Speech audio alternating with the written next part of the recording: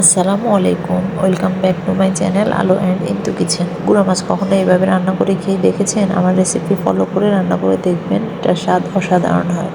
প্রথমে কিছু গুঁড়া মাছ ধুয়ে পরিষ্কার করে নিয়েছি। এরপর একটা ফ্রাই প্যান নিয়ে নিয়েছি।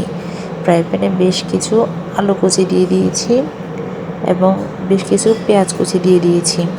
আলু পেঁয়াজ দেওয়ার পরে 2-3টা কাঁচামরিচ ফালি এবং একটা টমেটো কুচি দিয়ে দিয়েছি।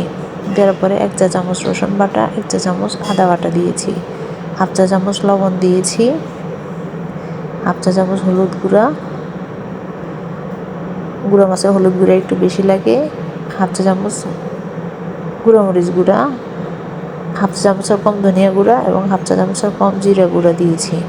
দেওয়ার পরে সয়াবিন তেল দিয়ে দিব। সয়াবিন তেল একটু পরিমাণে বেশি লাগে, আপনারা চেষ্টা করবেন সয়াবিন তেলটা একটু বাড়িয়ে দিতে। গুঁড়া মাছের তেল একটু বেশি লাগে, হলুদ গুঁড়া একটু বেশি লাগে। মরিচ হচ্ছে আপনাদের স্বাদ অনুযায়ী, যে যেমন ঝাল খান ওই অনুযায়ী দিবেন। এরপর আমি এগুলা খুব ভালোভাবে হাতের সাহায্যে মিক্স করে নিব। ভালোভাবে যত বেশি মিক্স করবেন হাতের সাহায্যে, এটার স্বাদ তত বহুগুণে বাড়বে মশলাটা মেশানোর মাধ্যমে। আমার রেসিপি ফলো করে এইভাবে রান্না করে দেখবেন, এটার স্বাদ অসাধারণ হয়।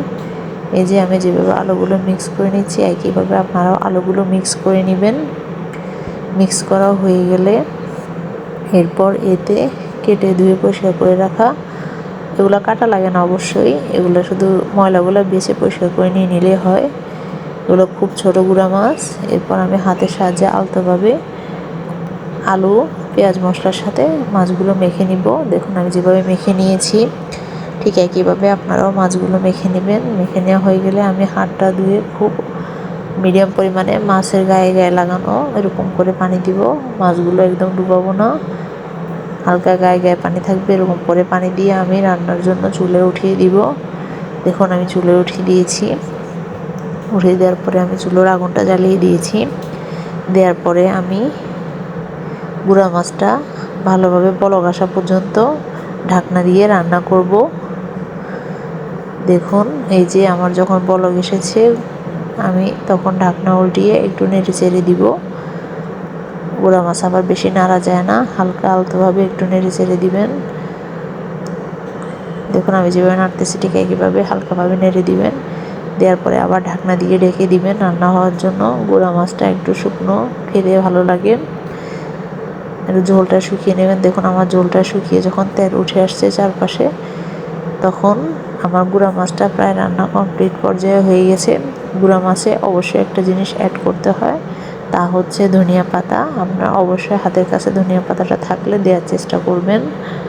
ধনিয়া পাতা দেওয়ার কারণে দেখতে যেমন ভালো লাগে, খেতেও একটা অন্যরকম টেস্ট আসে, ভালো একটা ফ্লেভার আসে মাছের। গুঁড়া মাছে ধনিয়া পাতাটা অবশ্যই দেওয়ার চেষ্টা করবেন।